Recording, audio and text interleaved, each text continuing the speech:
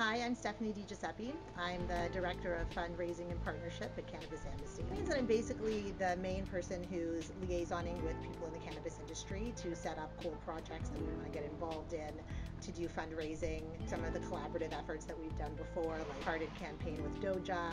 So it's really a fun job in that way. I work with Anna Maria. We're both partners at the same law firm.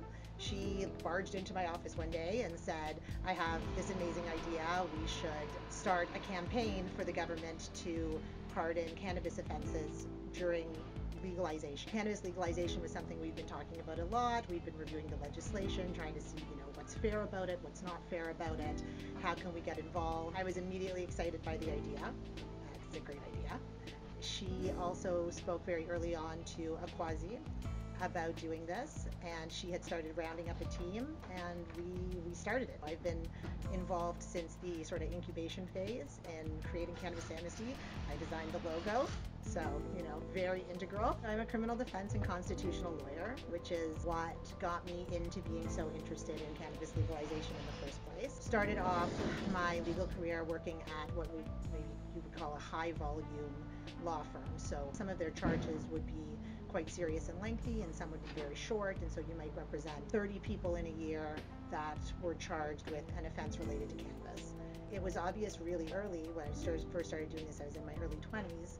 People in some neighborhoods of Toronto were being treated really unfairly for using cannabis. So different than what I observed when I was growing up. In contrast, teenagers and young black men living in some neighborhoods of Toronto were getting pulled over, stopped, searched, and charged for cannabis constantly every day. They were being harassed by the police, and the contrast was so upsetting. That's what really got me interested in cannabis justice very early on in my career. And something that I'm really passionate about, the organization's really passionate about, is helping Canadians to understand what we think liberal drug policy is all about. So I think a lot of people see it as just maybe a freedom issue or an issue where people want to go out and use a substance because it makes them feel good. But Cannabis Amnesty, we think that those things are both true, but at the same time that cannabis justice and liberal drug policy is also a racial justice issue. Helping Canadians to take those two dots and connect them together and understand that we cannot live in a community that's truly equal unless we stop disproportionately penalizing people because they're Aboriginal or because they're black or because they're some other race that's non-white.